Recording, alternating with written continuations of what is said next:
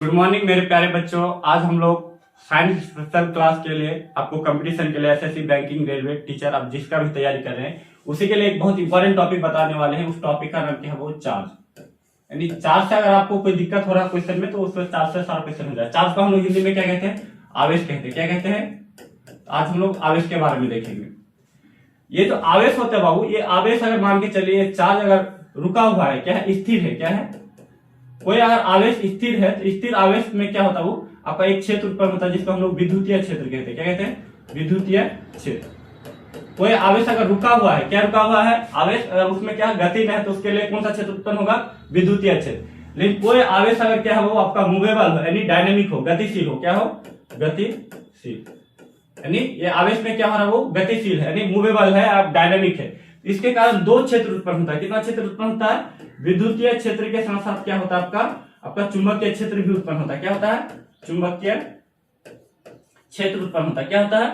चुंबकीय क्षेत्र। यानी अगर आवेश क्या हुआ, रुका हुआ रहे तो उसके लिए सिर्फ क्या होगा? विद्युतीय क्षेत्र। लेकिन आवेश में क्या हो? गतिशील हो यानी डायनेमिक नेचर का हो यानी मूवेबल हो तो क्या होता है? विद्युतीय क्षेत्र के साथ साथ क्या होगा? ये चुंबकीय क्षेत्र भी उत्पन्न करता है। ये सबसे जो आवेश है चार्ज के बारे में सबसे पहले एक साइंटिस्ट था, उसका नाम क्या था? थेल्स। क्या था? तो थेल्स ने क्या किया? एक एबोनाइट का छड़ लिया। क्या क्या? एबोनाइट को छड़ को जब बिल्ली का इसमें खाल में जब रगड़ा तो रगड़ने के बाद क्या था? देखा कि उसको क्या करा? अपने आकर्षित कर रहा। तो इन्होंने क्या किया? अपना इसमें लिख दिया। अब ये था तो उन्होंने लिख दिया, तो लिखने के बाद क्या हो गया? इन्होंने छोड़ दिया। लेकिन कुछ दिन बाद क्या होता है? इसी जब बात को थेल्स के बात को जब पढ़ता है किसने? William Gilbert. कौन पढ़ता है? एक साइंटिस्ट आता है, उसका नाम क्या रहता है? विलियम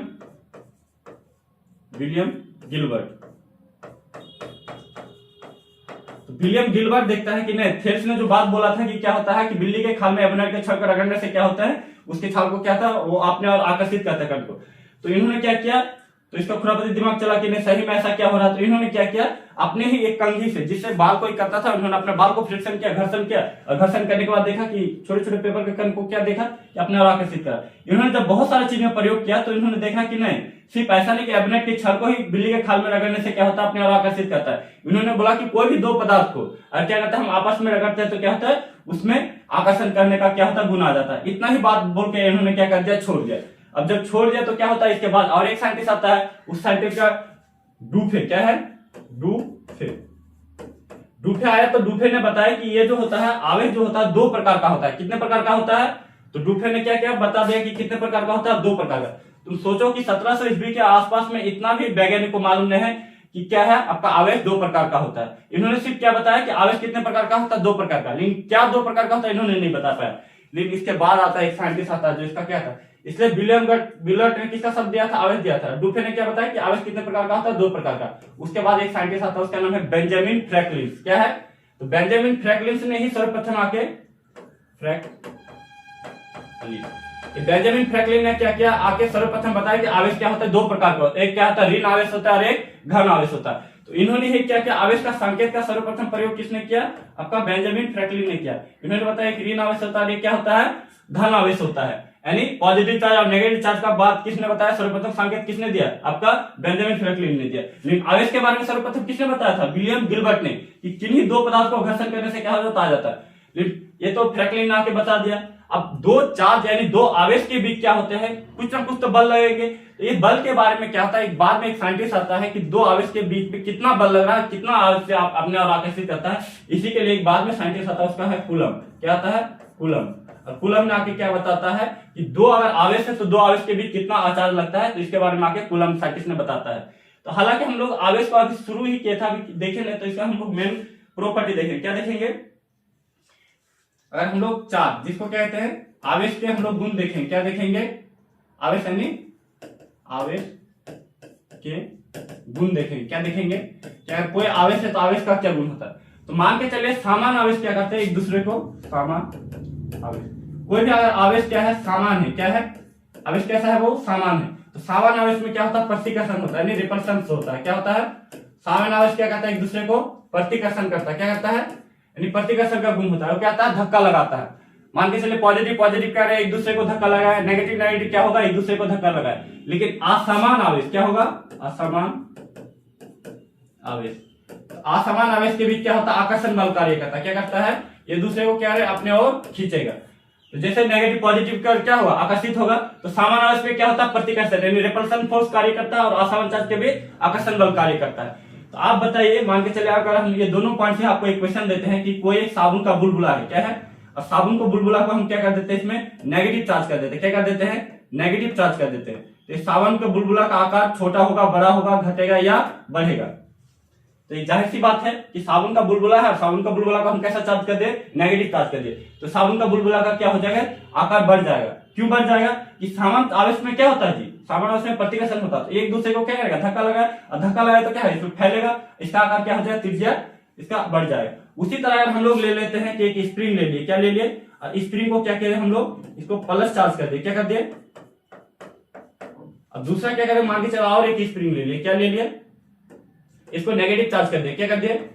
इस तरह से एक कॉन्सेप्ट वाला क्वेश्चन है कि एक स्प्रिंग ले लिए, स्प्रिंग को हम क्या कर दिए, पॉजिटिव चार्ज कर दिए, स्प्रिंग का क्या होगा, आकार क्या होगा, बढ़ेगा, घटेगा या वही अपरिवर्तित रहेगा। तो कोई चीज का हम प्लस चार्ज कर देंगे तो क्या हो जाए, इसमें आकर्षण, सामान्य आवेश में क्या था, प्रतिकर्षण, प्रतिकर्षण के क्या होगा, एक दूसरे को धक्का देगा, यानी स्प्रिंग की क्या हो जाए, आकार बढ़ जाए।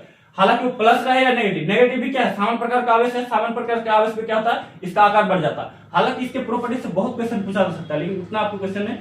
तो पहला हम लोग आवेश का गुण देखेंगे, सामान्य आवेश में क्या होता है, प्रतिकर्षण, और असामान्य आवेश में क्या होता है, आकर्षण होता है। अगर हम लोग तीसरा पॉइंट देखेंगे आवेश के बारे में, तो क्या होता है, वो क्वांटीकृत होते हैं, क्या होते हैं, क्वांटीकृत, क्या होता है, आवेश का तीसरा प्रॉपर्टी का नाम क्या है, वो क्वांटीकृत होते हैं। क्वांटीकृत कहने का अर्थ होता है कि हम लोग अगर आवेश कभी भी देखते हैं, क्यू बराबर क्या होता है, वो एन होता है, क्या होता है, एन। तो आवेश जो होता है कभी भी पूरा होता है, वो कभी भी पॉइंट में नहीं होता। मान के चलिए अगर हम लोग एन बराबर क्या ले लेते हैं, एन बराबर 1 हो सकता है, 2 हो सकता है, 3 हो सकता है, 4 हो सकता है, इसी तरह क्या हो सकता है, धीरे धीरे हो सकता है। लेकिन कभी भी आवेश ये नहीं हो सकता है कि आवेश क्या है, 1.2 है, 1.5 है, 1.7 है, ये हमेशा कब होगा, पूरा। और कोई भी चीज जब पूरा होता है तो उसको क्या कहते हैं, हम लोग क्वांटीकृत कहते हैं। लेकिन जैसे हम लोग मानव में ही लेंगे, मान के चले कई 10 गो मानव है, 10 गो मानव में क्या है, मान के चले कोई विकलांग ही है, कुछ भी है, अब विकलांग है तो थोड़ी है कि अगर 9 को अच्छा रहेगा, विकलांग है तो 9.5 को जोड़ेंगे, तो क्या जोड़ना पड़ेगा, पूरा 10 जोड़ना पड़ेगा। जैसे मानव का वजन ही देखते हैं, तो हम लोग का वजन क्या होता है, मान के चले 50 केजी है, 70 केजी है, तो 70 केजी 500 ग्राम या 600 ग्राम, तो मानव का क्या वजन उस तरह से। लेकिन आवेश क्या होता है, हमेशा पूरा होता है। आवेश कभी भी 1 होगा, 2 होगा, 3 होगा, 4 होगा, 5 होगा, इसका संख्या ऐसा नहीं होगा कि 5.5 या 4.5 या 3.5 4 पॉइंट में कभी भी नहीं होगा। अब जो पॉइंट में नहीं होता है उसी को हम लोग क्या कहते हैं, क्वांटीकृत कहते हैं, इसको कहते हैं क्वांटिनाइजेशन कहते हैं, क्या कहते हैं। और आप लोग आवेश का तीसरा प्रॉपर्टी को याद रख सकते हैं, तो क्या होता है, आवेश क्वांटीकृत होते हैं। और आवेश का अगर हम लोग चौथा प्रॉपर्टी को देखेंगे तो आवेश क्या होता है, वो कंजर्व्ड होते हैं, यानी संरक्षित होते हैं, क्या होते हैं, संरक्षित होते हैं, क्या होते हैं, यानी कंजर्व्ड होते हैं। क्या होते हैं, आवेश को ना तो डिस्ट्रॉय किया जा सकता है, ना इसको नष्ट किया जा सकता, never create and never destroy, यानी इसको ना तो खत्म किया जा सकता, ना इसे उत्पन्न किया जा सकता। इसे क्या होता है, एक रूप से दूसरे रूप में क्या जा सकता है, आवेश को उत्पन्न किया जा सकता है। तो सबसे पहला पॉइंट आता है कि आवेश होते हैं। आपको कभी भी दे दे कि आवेश, तो आवेश होते हैं, तो आवेश कभी भी आए तो आवेश ये नहीं समझना, आवेश को ही चार्ज कहते हैं। आवेश में आवेश के होने से क्या होता है, आवेश क्या होता है, ये पॉजिटिव होते हैं, और क्या होते हैं, नेगेटिव होते हैं, क्या होते हैं। तो हालांकि इससे और भी डेप्थ लेवल का बहुत सारा क्वेश्चन है, हालांकि आवेश में हम होगा तो अगले क्लास होता है कि ऑनलाइन में इतना चीज बताना पॉसिबल भी नहीं है, बहुत लेंदी होने लगता है। लेकिन आवेश के बारे में बताएंगे तो लगभग 2 घंटा लगेगा। तो इसमें तो हम कुछ बेसिक ही चीज बताया, अभी तो अंदर गए ही नहीं। तो आवेश के बारे में लगभग 2 घंटा, तो अभी कभी क्लास लेंगे तो इसको काफी डिटेल में लेंगे। Thank you watching this video.